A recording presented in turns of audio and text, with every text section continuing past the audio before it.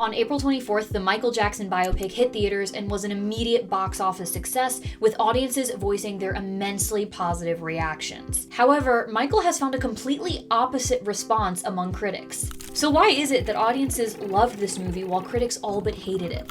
Well, I got to see Michael in theaters over the weekend, so I'm here to share my thoughts on the movie and try to decipher where this difference in reaction comes from. So if you're curious, stick around.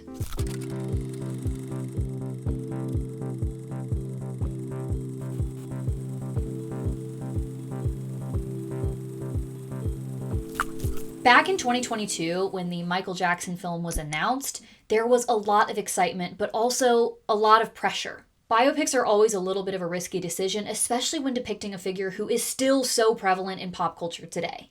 But personally, I feel like they did a pretty good job. Later on in 2023, it was announced that Antoine Fuqua was set to direct and that Jafar Jackson would be taking on the role of Michael. And that's Jafar Jackson, son of Jermaine Jackson and nephew to Michael Jackson. And that decision paid off because I think that by far the strongest part of this film was the way that Jafar Jackson absolutely embodied Michael Jackson. He really emulated the physicality in a way that was just so natural, and it made you feel like you were watching Michael Jackson on a stage and not an actor on a screen. And I've seen a lot of people who agree with me that his performance was just mind-blowing. And I went to see it with my parents, and so for them and others who were actually alive when a lot of these events that they were showing on screen really occurred, it was crazy to see how accurately they were portrayed. So of course the acting got a really positive reaction, so did the way that the music interacted with the narrative, and of course people really enjoyed exploring the person behind the music further. Of course, a complaint that I've heard more amongst audiences is what they chose to explore and not explore. For example, they did not delve into the child sexual assault allegations that he faced later in life pretty much at all. But I think that that was a good choice and that there are many reasons behind it. I think not putting that in this film is primarily a good choice because there is just a lot to dissect there. That part of his story could constitute an entire other film. In this movie, I am glad that they chose to just focus more on his family and his search for personal identity, and didn't attempt to cram in this additional narrative that happens decades in the future, and would have ended up being vastly oversimplified if they tried to fit it into this movie. Like, I can't think of any way in which they would have been able to bring in this legal battle from later in his life in a way that would have done it justice. Like, that is a stand-alone story, truly. And also, like, it's show business. You're trying to make a movie that people are going to want to go see, and that's a pretty daunting undertaking that is definitely not a feel-good story.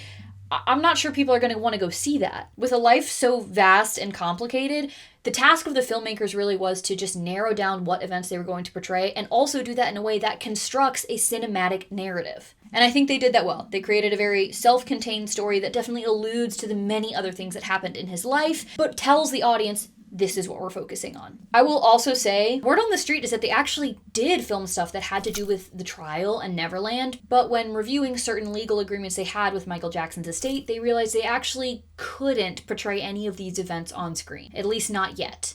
So some articles were saying that it was millions of dollars of reshoots to reconstruct the ending of this film. Now, like I said, lots of positivity from casual audiences such as myself, but critics tore this movie to shreds. It got a 38% on Rotten Tomatoes. And if you don't know how platforms like Rotten Tomatoes work, it basically collects reviews from a variety of different platforms, and the percentage that it shows reflects what percentage of these reviews were positive. So less than 40% of critics had something nice to say about this movie. So why is that? Already before I even saw this movie, I was saying I have a feeling that they just feel like it was a weakly constructed narrative, or they were just hoping for more. Let's see. Oscar Goff from Cambridge Day says, as a popcorn musical, Michael is an undeniable thriller. As a work of biography, however, it's bad and quite possibly dangerous. I see what you did there. Michael will inevitably attract ire with its depiction of Jackson's life, or, more accurately, what it seems to omit. However, Michael is also an inexplicably boring film, which is bland at best and cowardly at worst. Wow. My main question for people with reviews like this is like, what did you want? What were you actually expecting? You have 2, maybe 2.5 hours to tell the audience about Michael Jackson. What are you going to tell them and how are you going to tell it? And in a way that's actually going to get butts in seats. What would you have done? This review is not all bad, and it says, covering the first half of Michael Jackson's career, Antoine Fuqua's biopic adeptly outlines the story, engaging the audience with lots of great music. This helps make up for the rather thinly drawn characters and a far too glowing approach. Another thing. This is what's interesting with biopics when we're talking about like thinly drawn characters, etc., etc. These are real people. Like, they're characters to some extent, but they're real people. So there's only so much drawing that you can really do. You can't really create a character. It's more so that you can display the character through the events that you're putting them through. Events that the audience might not have known about. Recontextualizing a character that we, as viewers, already have in our minds. I don't even know if that makes sense, but I think it's a little weird when people like the character was bland. Well, the character was a person. Like, yes, in many other movies, what they did on screen here might not have flown. Like, what do we really know about Michael Jackson as an on-screen character? Maybe not a lot, but biopics are different. He's not just an on-screen character. Like, this was a pop culture icon that we already have concepts of in our head. If you reframe it too much and break the character down too much just to get the more raw performance you're looking for, suddenly you have a character that audiences don't recognize and they don't want to go see on screen. This review from Sam Adams at Slate says, the purpose of a biopic is to show us aspects of a public figure that the public never had access to, but Michael utterly fails at giving us any sense of who Jackson was behind closed doors. This is where maybe there might be a difference between generations that viewed this movie, because I'm Gen Z, I'm 23. There was a lot of stuff in this movie that I had no idea about. I knew vaguely how Michael started with the Jackson 5 and then moved upwards and onwards from there, but honestly there was little else that I knew. I didn't know what the relationship was like with his family. I didn't know where the concepts for some of these songs came from. I had never even heard of the Pepsi incident until starting this movie. Never knew it. It's like I said, biopics are risky. Some people know a lot about these people, aren't expecting a certain story. Some of us are going in totally blind and are just happy to be there. This simple review says, sanitized and empty, a hollow highlight reel of a movie.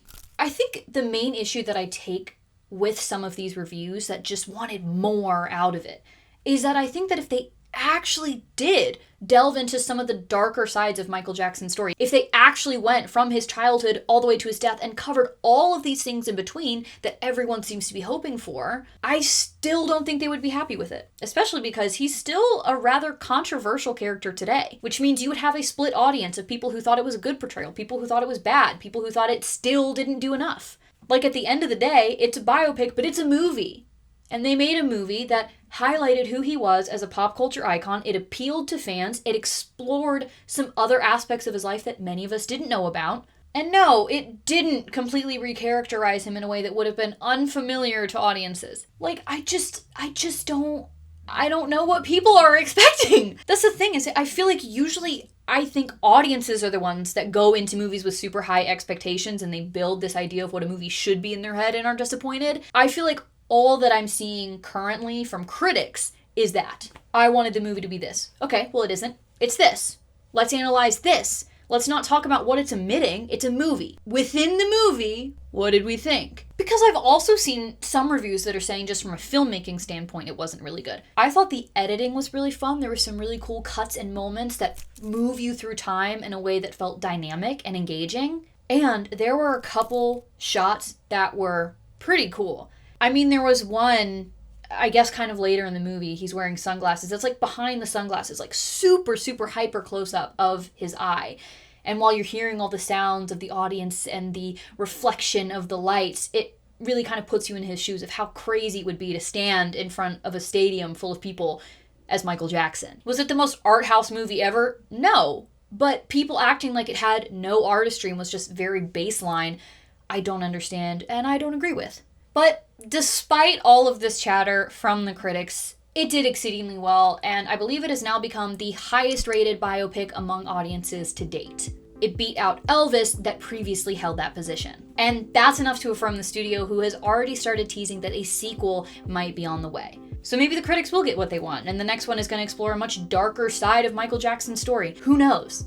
But I'd love to know, what did you think? Do you lean more towards the audience reaction or the critic reaction? And do you want a sequel for this movie or not? But that's kind of what I thought in my response to the critics. It was a really thoroughly enjoyable watch experience, and I'll be interested to see the trajectory of Michael Jackson movies and Jafar Jackson's career from here. So if you made it this far, thanks!